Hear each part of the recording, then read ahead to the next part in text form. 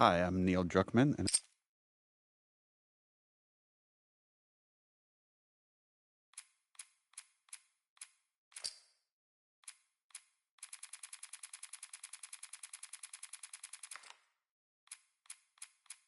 I was the director and co-writer.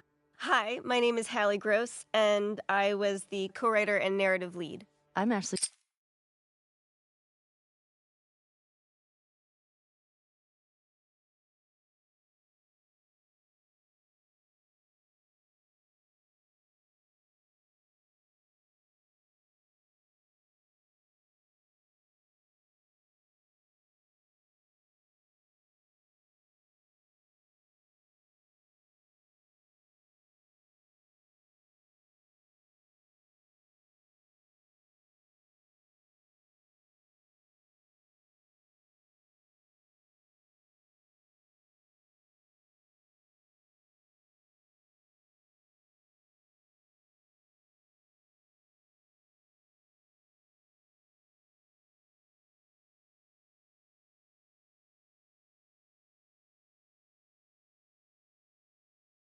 Johnson, and I play Ellie.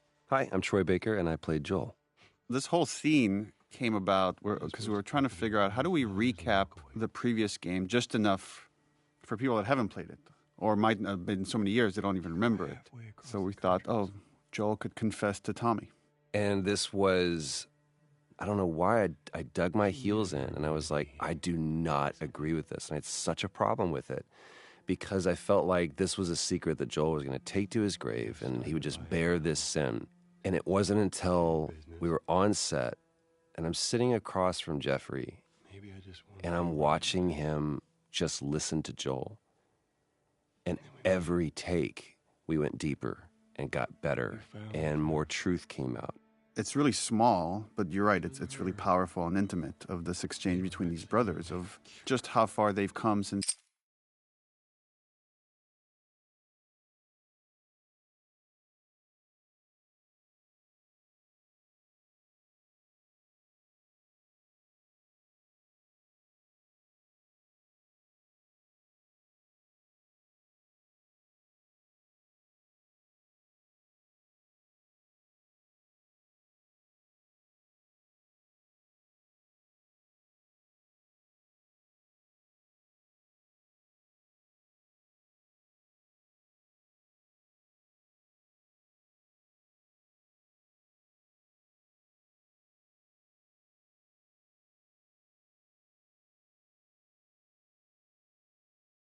He's rejoined Jackson. Yeah. It's become one of my favorite scenes. The meticulousness of this task of fixing up a guitar. And I remember you saying specifically is like, you're really trying to get the grime out. And to me, how that mapped to what he's trying to do in this scene with this conversation is I'm just trying to get every last bit of dirt out. In the original game, we didn't cut to a close-up of Joel and seeing like what was his emotional state coming into that operating room. That look from Tommy. What do you do? I love this right here. I saved her. And we wanted some darkness around that statement of like, the implication is I did whatever I needed to do to get her out of there. And the justification, that comes from that. That is the central question, right? And I think that opening the game on that line is so important because Joel really does believe he saved her. And that's the question for Ellie throughout the game of, did he? I remember just so much work we did on this soundscape right here of just leaving you with that kind of uncomfortable feeling of it was a good thing, but there was definitely a lot of darkness around it. It's a great scene for Tommy as well. And now he has to carry the weight of this thing that his brother did. Right now he's not feeling great about it. That's so.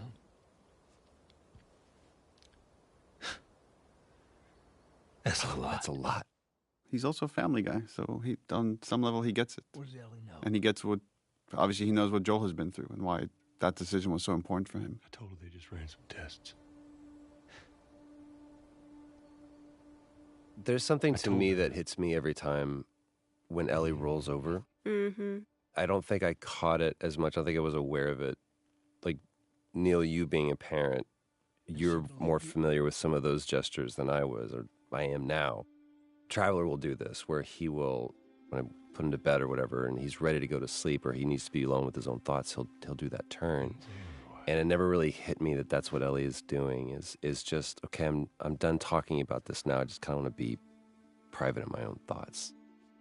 Which is also an interesting juxtaposition that's happening here, is we're getting to see the moment he was lying to her while he's confessing the truth to his brother. And the differences in those two relationships now. And it's, despite how much they've been through and how much Ellie has become an equal of sorts, he still sees her as his child. And if he has to lie to her to protect her, he will.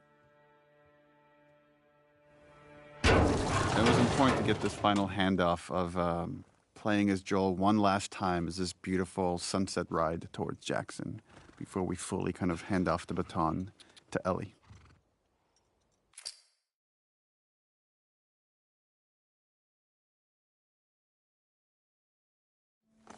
We worked so hard on these transitions to go from cutscene to gameplay. And it was just a change in tech that we had from the first game to the second game, where the first game, all the cinematics were pre-rendered. Now that they were real time, there was a lot of effort put into just these seamless transitions in and out of gameplay. About what we were talking about earlier. This is a great moment.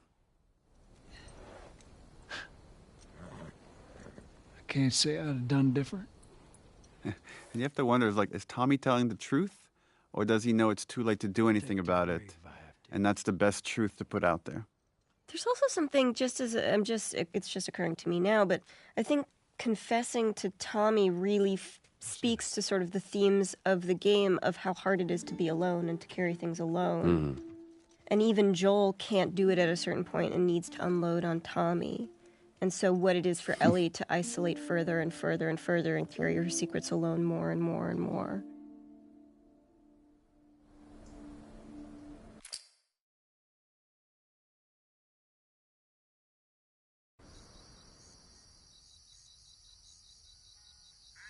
There's her little house. I discovered some people don't realize that her house is the garage. Exterior garage of Joel's house. Look, she's drawing a deer. Oh, and you're hearing Sean James' song, which was the song we did for the teaser trailer. Ellie? Shout out to the environment team that had to build several different versions of this room, as Ellie has lived in it for longer and longer and got more and more of her items from the old world that she's obsessed with. Lava lamp. I love this moment of just like, hey, how do you... Jesus. Do you both remember when we did this scene live on stage, just for an audience of 100, 200 people? I forget exactly. Like, Jeff Keighley set up this one night live, and I wrote the scene just for that. But in the back of my mind, I knew already this would be the opening for the second game. Oh, yeah. And that was... Talking about how impressed they are with... Some of that was streamed except for this scene. That right, was just that for one, the audience. We did not stream the scene. There was this... I remember we got it, and then, as often happens, there's a team of people that kind of come up to you, and after you go, cut, best that one. That's the take we can go with. And people just kind of clouded around you, and there was a conversation that was happening. We were trying to figure out what it was, and I saw you do your, everything's okay, it's okay, it's fine, it's fine. And then afterwards, you tell me this story that in Uncharted 3, the ship capsizing was one of the most resource-draining, almost game-breaking things that you guys had, one of the most ambitious set pieces you'd ever done. And then in the Left Behind DLC, the photo booth was one of the most resource-draining, almost game-breaking things. He goes, up until you decided to put your thumb in your belt loop. Oh, that's right. Yeah, so actually that's funny because you did that, Joel initially didn't have his shirt tucked in. But in order to honor, again, this little gesture that you did, redesigned his clothing. And the way we did clothing on this game is we actually sourced the actual material and scanned it. So we had to like source the shirt, the pants, the belt, scan it, so we could do this one gesture that you did, which was like looping your thumb around your belt. Trust in you.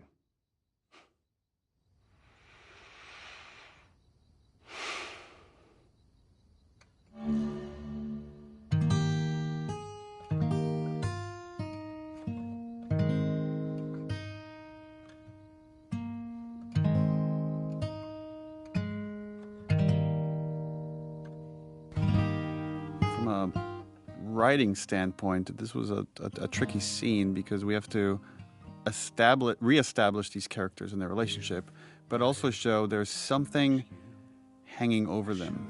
That there's, we had to honor the ending of the first game, that moment of okay, of lie. That again, Ellie knows something is off, but she doesn't quite know how to deal with it or how to move past it.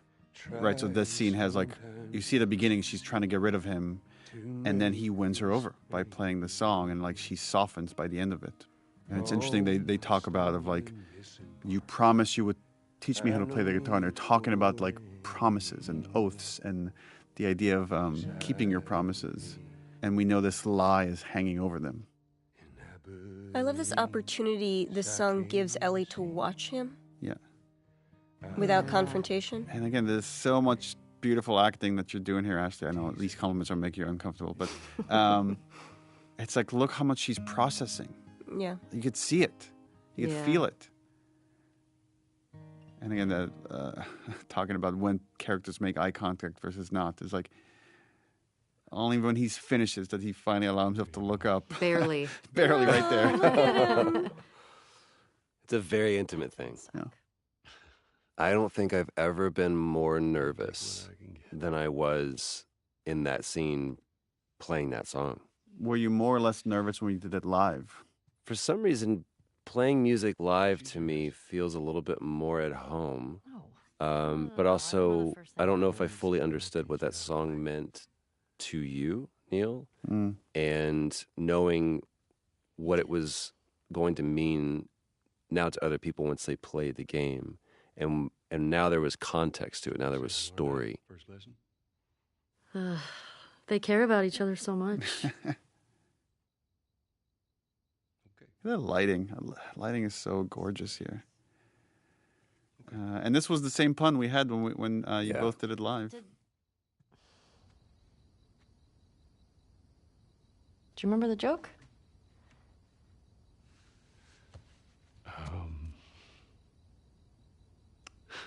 And you could see the shift in Joel. Like that song has just shifted the relationship a little bit. It moved the needle. Mm-hmm. He's standing up a little taller. It's time consuming. I love how much he's just trying to reach out to her on her terms. Yeah. Yeah. He still got that in Giving him. her space. Yeah. Still got that. Yeah. Can I get over? And this again, this writing is the same. It's like how this ended was the same as the live version, where you just play the low E. Well, I guess with the capo it would be an E, but boom, and just let this ominous note linger.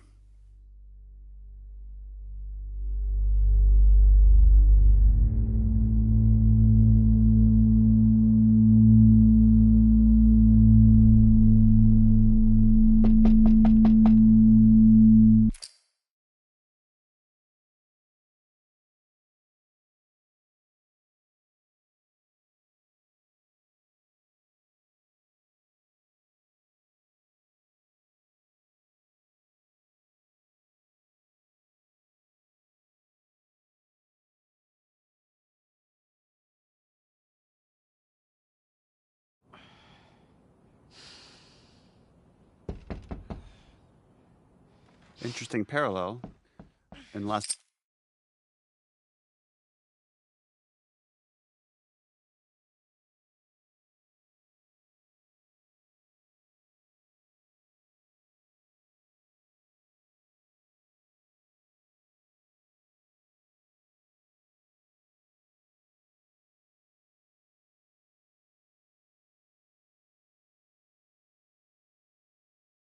So it's part one. Joel wakes up after the multi-year jump Was to a knock at the door. Was that an accident? No, that was by design. Morning. Sorry, I totally overslept. Just give me a minute. And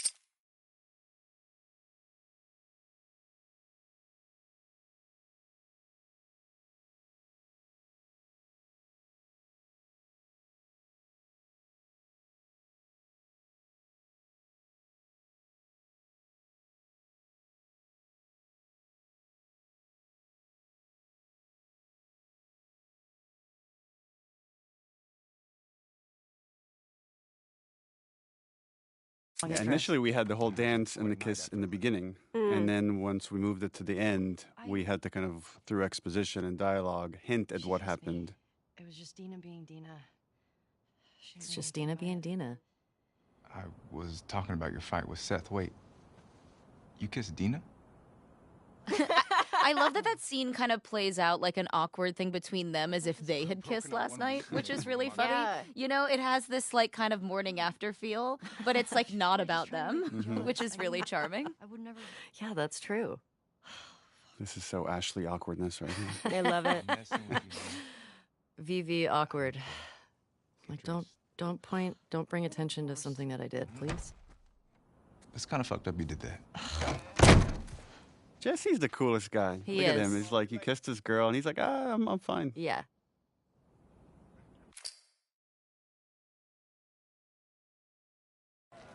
Excuse me. Oh, Seth. There you are. Come here. Oh, Seth. Yeah, remember this scene was. I don't want to hear what that big. I mean, so much of the story is about forgiveness and letting go of stuff, and how Ellie specifically struggles with that. And this was a pretty minor example of that. Seth, come here. Turns out I really struggle with it because I still hate this scene. I'm like, fuck that guy. I know, He's me trying. too. Look at him. He's Doesn't work. Steak sandwich. He's trying so hard. Look how he wrapped it with a bow. The way he starts with like, look, Aw. I'm like, yo, look you. Yeah, don't looky hear me. Let's just. Oh, now it's her fault. Great job. Yeah, this scene makes me so mad. Hey, I'm trying to apologize, you little bitch. You're like, what? Made you some sandwiches. Okay. Your steak. Thank you, Seth. Didn't we discuss cutting Baguette sandwich because people had such a hard time understanding it at first? Yeah, they kept hearing bacon sandwich. Bacon sandwich. Yeah. Bigot sandwich was a. Baguette sandwich. Yeah.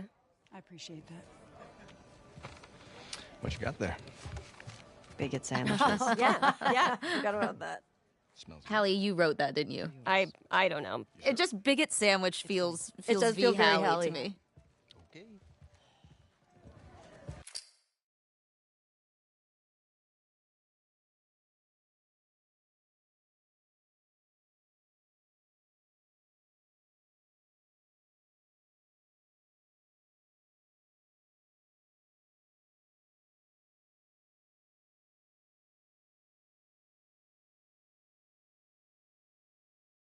We Oh, get this your is girlfriend in the stables, please. Dina's big intro. Oh, here she comes. I'm Shannon Woodward. I play Dina. I had a really hard time hiding behind nothing here. Well, that's the thing that's so hard about sometimes acting in these things is that you like the kids weren't there, and then we like Yeah. later capture kids and kind of constructed all the pieces. Hey. This is a V me lean. I love to lean. I just want to say sorry for running off last night. I actually really love this scene. I totally get it. I felt bad. I love the one-liners that you guys kind of riffed on when we were doing the combat stuff for the snowball fight. Oh my god. I still die laughing when I hear you guys insulting children. And I think that was really, a lot of that was just my instinct. Yeah. Your parents don't love you. Yes. Yeah, and then I think eat snow, you Eat little snow. No, I Yes. think you little shits. Yeah.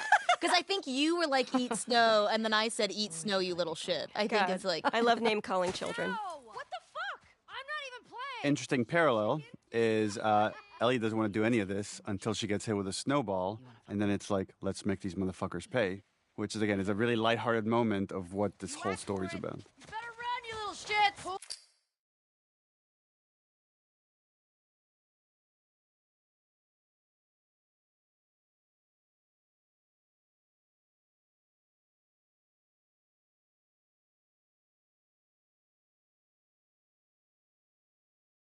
All of the horse acting was always very funny to me because how that works is you have somebody holding on to a rope and you're just kind of Pulling it along. pulling them around. And it would always make me laugh. Fun fact, the guy in the stable there is Yuri, who plays Spider-Man in the Spider-Man Insomniac game. That's Yuri? And this was another big scene. Anytime we have a big scene like this, we can only have so many actors in the volume, so this is captured in pieces.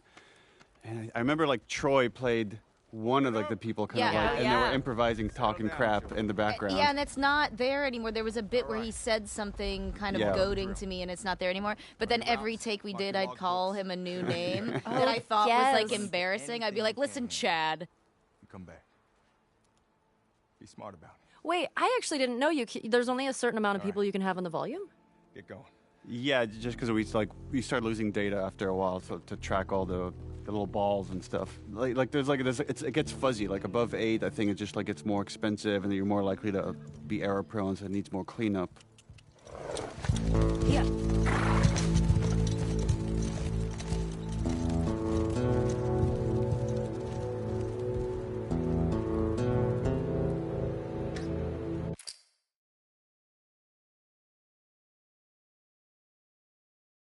Hi, I'm Laura Bailey, and I played Abby in The Last of Us Part 2.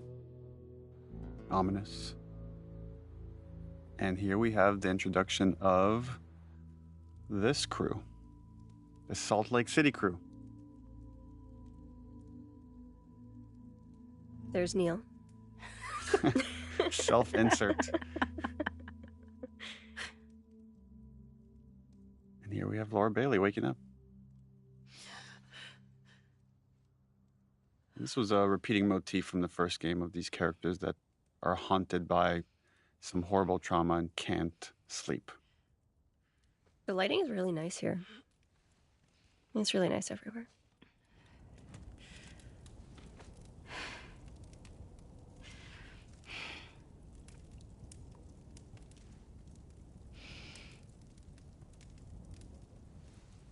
We debated quite a bit of like how much do we want to reveal for this character when you're about to play as her, versus how much we want to hold off for like the second half of the game when you get to see more of her.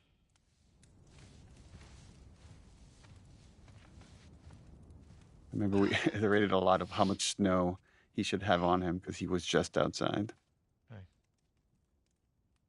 This is one of the audition scenes, I think.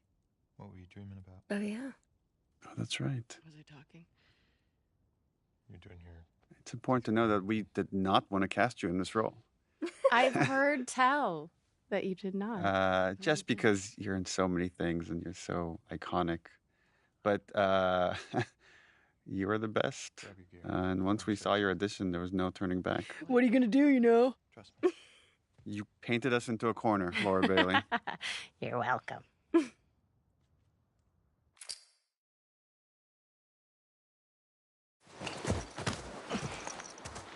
This is the first real big choice this character makes, Abby, of do we turn back or does she choose justice? We made it. She's going to end up choosing justice, just like Ellie does later many times. Choosing obsession. Mm-hmm. Yeah. It's a fucking city. Yeah. It's also important to note that, when you're acting in this, there's nothing there. You're in this blank white volume, and we're like, okay, it's snowing. You got to act like you're freezing. There's a town in the distance. It's, so weird, though. Like, I never, when I, try to remember a scene or remember performing that moment, I never think of it in terms of, oh, right, we were in this gray volume. I always had, this visual of every set that was actually supposed to be there. And I think of it in those terms. But I think that's a unique skill that only some actors have. Really? And other actors without the set, without the costume, they can't get into it. They can't lose themselves the way you and Troy and Ashley do. When I did this audition, Troy was reading opposite me because he was doing all of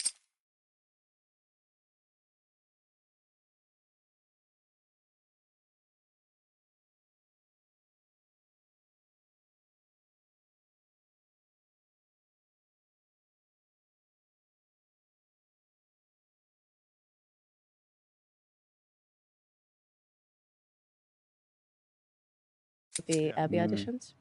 Sure, they'll be happy. And That's right. he forgot all of the lines in this particular scene.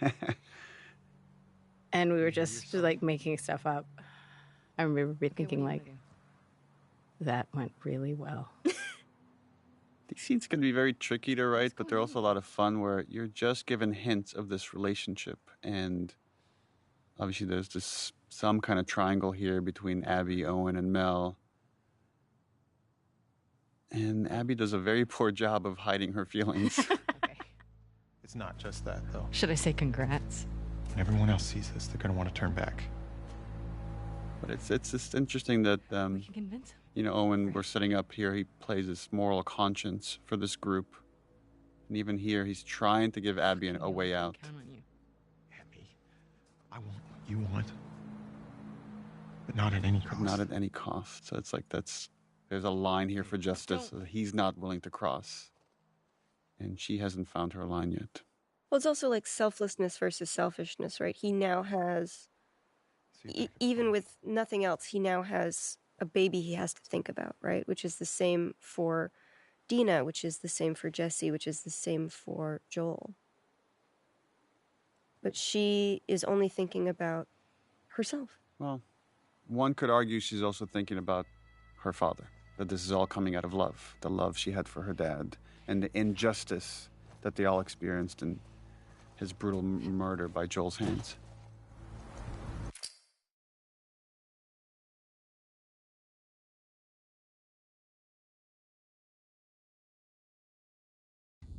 Oh, there we go. You think it's still good? Does weed go bad? Let's find out. The infamous weed scene. Are we going to talk about how we did this twice?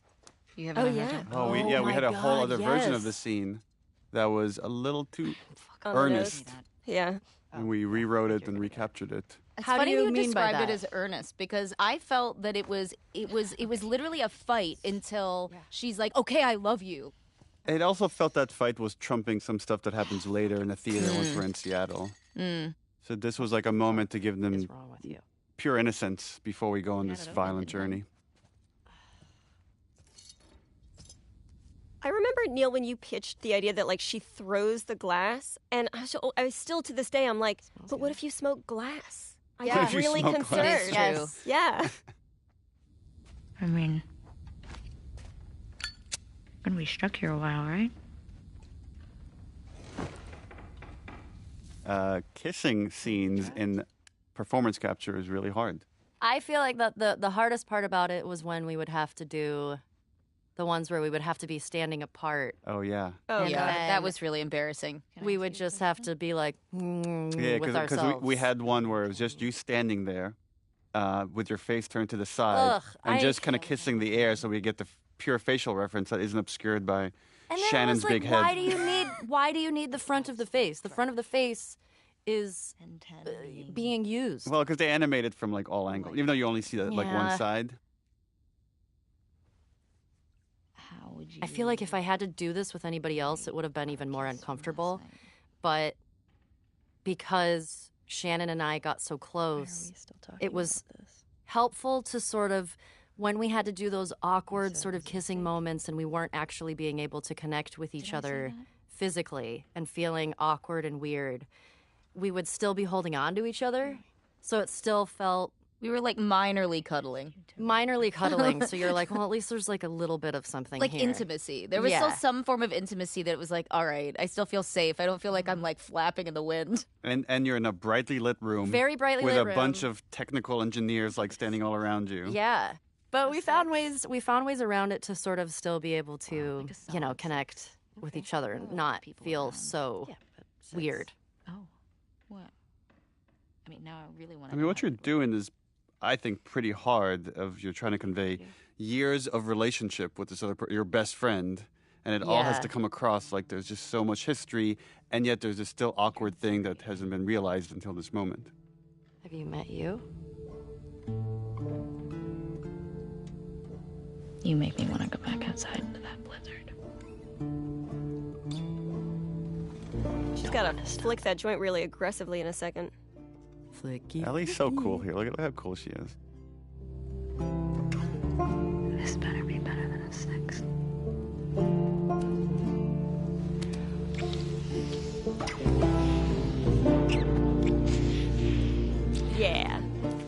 flicking always made me It's uncomfortable. very I was aggressive. like, what if it catches on It's fire? a very dry space.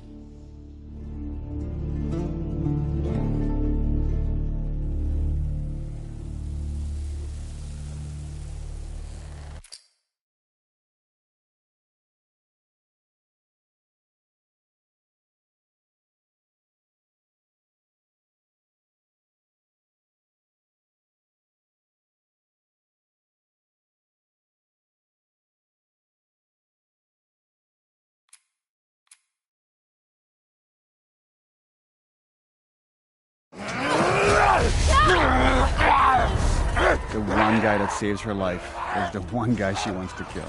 And I think it speaks to the nuance of atonement, right? It's like she ultimately will save two other kids in trouble. But is that enough? Does that make up for anything?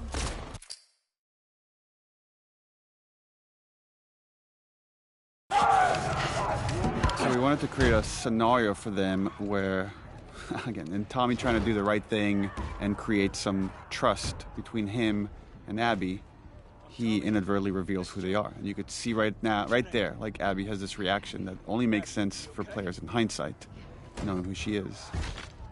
But now her goals become different, not only to escape the Horde, but to get these two back to her people. This is where we see Joel doing something that, for us who have spent so much time with him before, is preternatural to him. It's to trust someone is really, really hard, but he's choosing to do it. And the problem with choosing to trust people is you always, every time, open yourself to getting hurt. That's just such a Laura look. Yeah. Oh, I love it. It's like, boy, this is a bit of a pickle.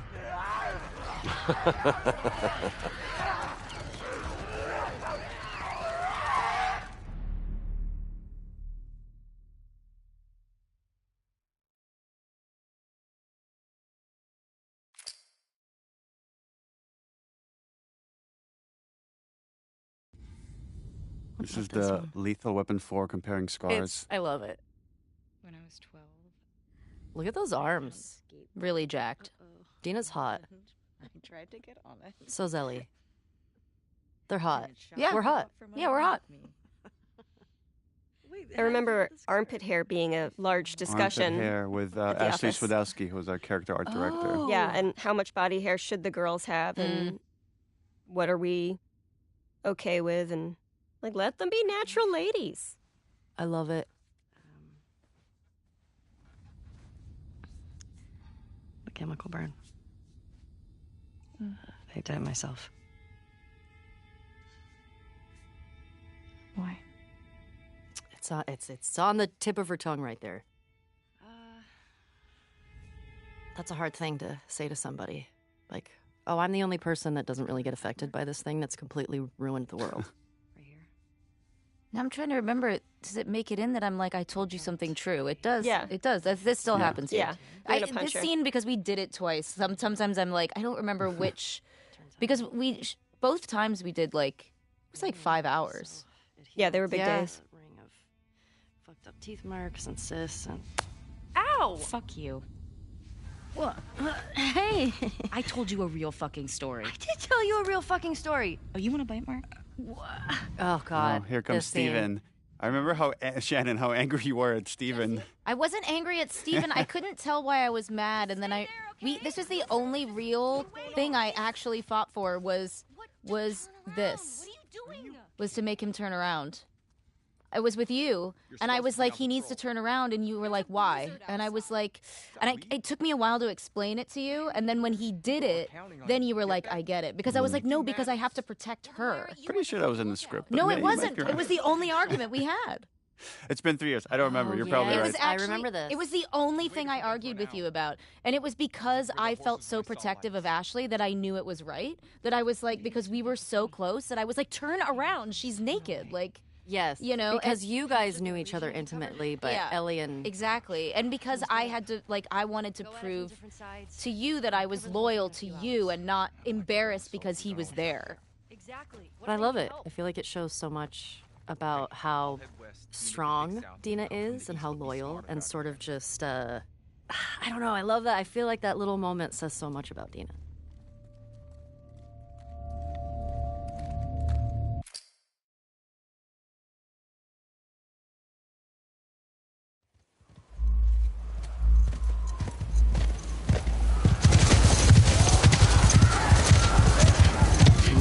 to show or build trust between Joel and Tommy and this group, to show that without their help, they might have died, meaning Tommy and Joel would have died without this group.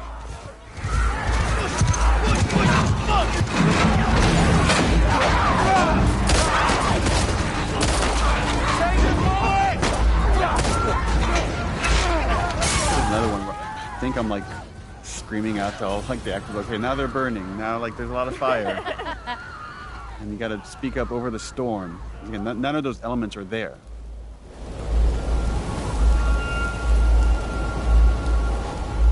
Let's get inside! And right now, only Abby knows what's about to go down. Everybody else thinks like, oh, we just found friendly people that helped us along.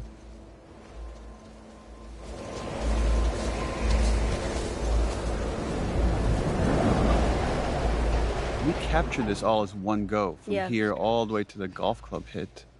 And initially we had versions of it where it was edited to be multiple cuts.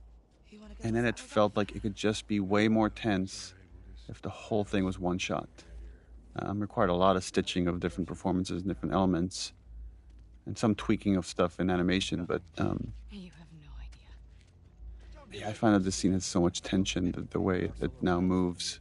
We rehearsed it so many times before we shot it to make all the moving parts work.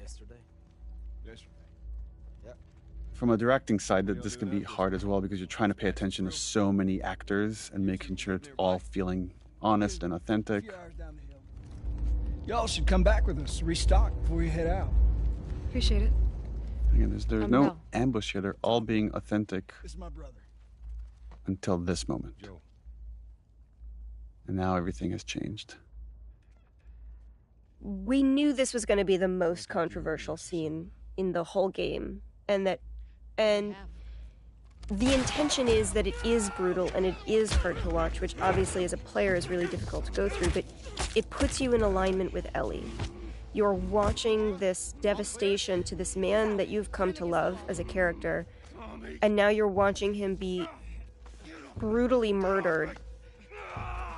And it should be upsetting, it should hurt. A lot of people are still really upset about it, but what a faster way, I can't think of a faster way to help you understand why Ellie is going to go as far as she's going to go, because we're there seeing how this thing was stolen from her.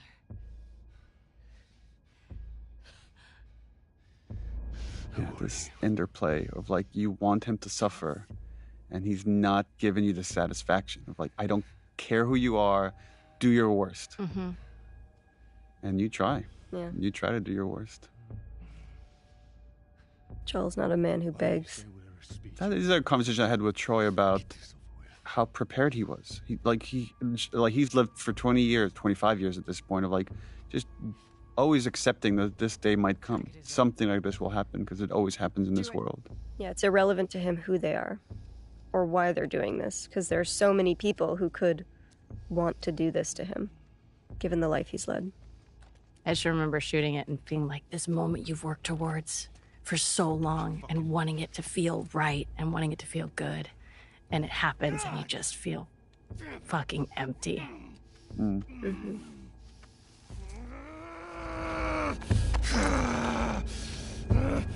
I think we've talked about it, Neil. Like, you had talked to me about this role and you told me about this character, Abby, and you told me what you were planning for her. And she had like a different story, I think, at the time, how they met and everything. But I was excited and terrified because, like, as a player, that's traumatizing.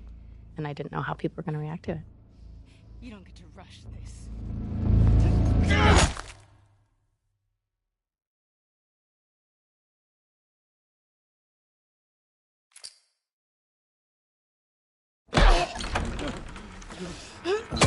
Yeah, we had versions of this sequence where Ellie came in after the fact, and it just felt we needed her to see it to really set up this journey. Yeah, this was rough. This was a rough day on set because I knew we were losing a character that we all love very deeply. You know, even the imaginary circumstances of that are just hard. It's also art.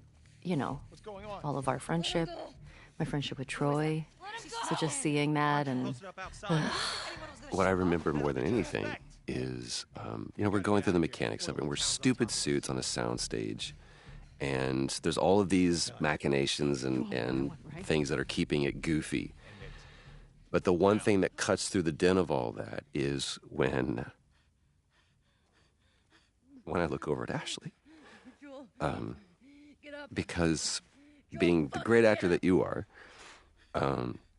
all those things go away, and all you see is the moment that we're trying to create and the reality of what this scene is for you personally. And everything that I'm feeling, everything that I'm thinking is gone because I'm just watching. And I don't know if I'll ever be able to watch that scene without it bringing me to that place, ever.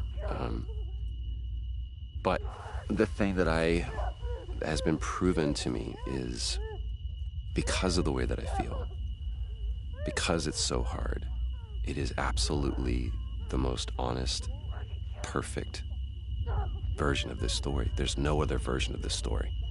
There just isn't.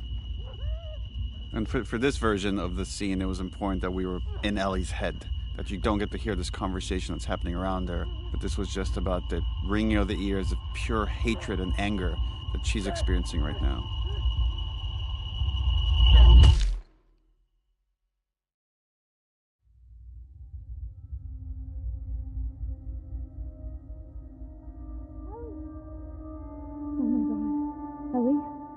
And just this final look right here where she sees him and I can't fix this. Well, she's going to try to find a way to fix it. Yeah, she's gonna try to find a way to fix it in the best way she knows how.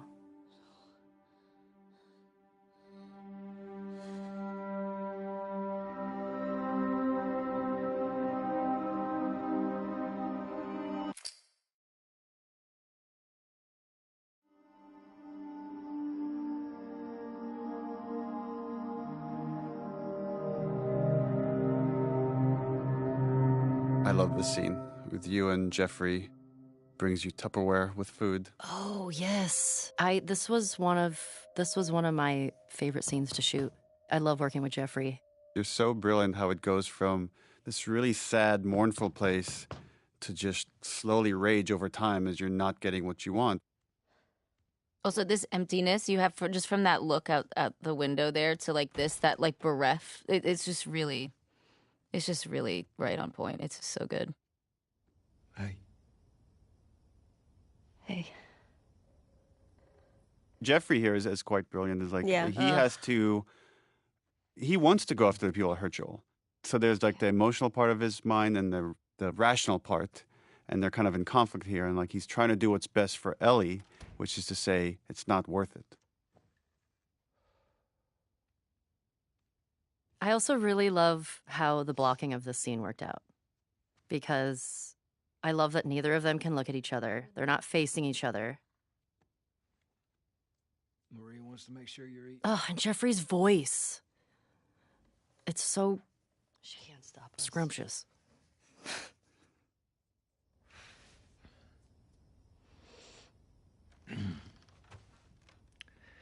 To have the guys that we would need to do this smart, we'd be leaving Jackson vulnerable. I love it. It's like the one time you look at him is to make him feel shame. Like, are you really saying this to me? The only time that there's confidence there with her is when there's anger present. What if we get hit by hunters again? Is this you talking or is this her? It's a valid point. If it were you or me, Joel would be halfway to Seattle already. Which is true. Well, we had actually lines here where he counters that, and he says Joel never went after the people that killed his daughter. Like, because we really wanted to flesh out the point that like Joel is more pragmatic with his violence, where Ellie comes from a much more emotional place with it. Why didn't you guys keep that in?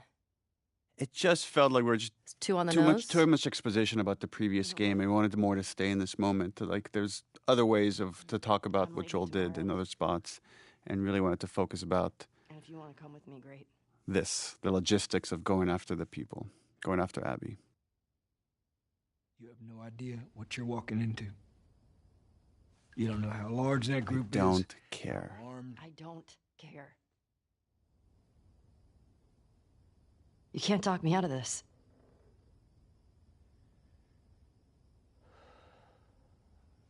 Again, this moment of decision where he's like, in order to protect her, I'm going to have to go by myself. And he's like, now he's lying again. Not dissimilar to Joel lying to Ellie to protect her. Give me a day.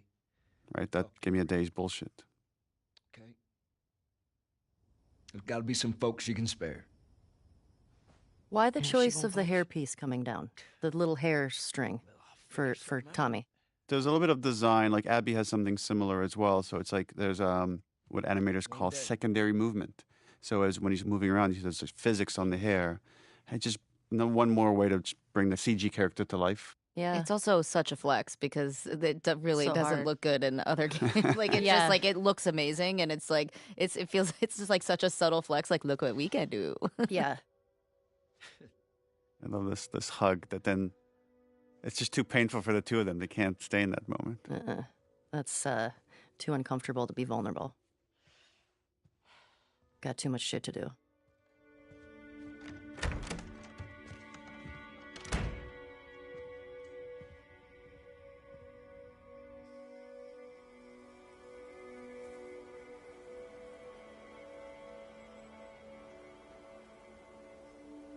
There's something about, when it doesn't feel real until you're at his grave.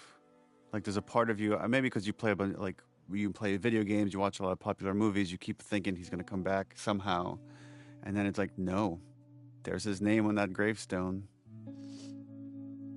And then the famous Gustavo All Gone, another version of that theme. It was hard. It was hard. Joel is a character that I love. And I wasn't ready to let him go. So seeing that, even experiencing that of seeing, we're doing a scene where we're at the gravestone is very final.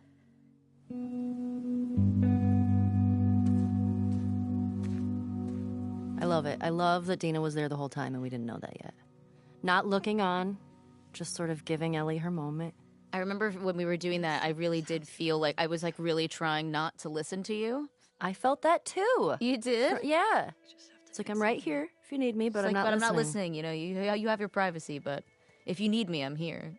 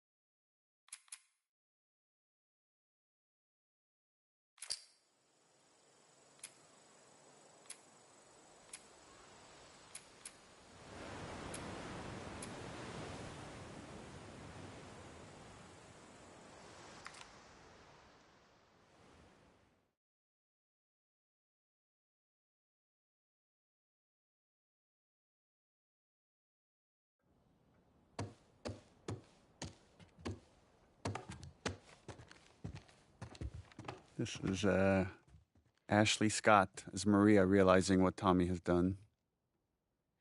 Maria, I'm headed to Seattle. I wish I could let it go, but I can't. I have to bring these people to justice. Ellie's gonna try to come after me, but stop her. Take her guns, lock up the horses, maybe lock her up. Buy me some time so I can end this. Love you always, Tommy. He's gonna get himself killed. He should have taken me with him. I like that she hasn't thought at all about what she's just going. She doesn't even know what she's doing, what she's gathering. Zero plan. And Maria knows this, right? Maria knows her, like a parent of sorts, and to say, okay, well, if you're going to do this, here's some stuff. You going with her? Yeah. Damn right she is. Ride or die. Sneak out of here. I love that those little moments with Dina where you see the snarky bits. And it's funny because, like, this whole section here, I constantly felt like anytime we were dealing with Joel or anything about Jackson there, I was like, oh, this is none of my business. You know, like it felt like I shouldn't be there. And even in that scene there too, it was like, well, I mean, yeah, I'm going with her and I'm here to be with her, but all of this stuff predates me. So all I could do were kind of these little things that were almost like for your benefit to like kind of support you or be like, I saw that was a lot. Are you You're okay? like, oh, you boy, know, she's a lot. Yeah. Do me a favor. It's that weird feeling of letting someone that's grieving have their space, but offering yourself to help them in any way you can. Of course. All right. Get going. You're losing light. I really remember the end of this scene and this look that I give you. Like, well, that was a lot. I think, yeah, here it is. It's right here. Yeah, there it is. I was like, like, oof, this is like a lot. Today is a lot. That could have gone way worse. Yeah, and here it's still there. I'm like, all right. This shot right here with the light coming through Ellie's ear is just so gorgeous.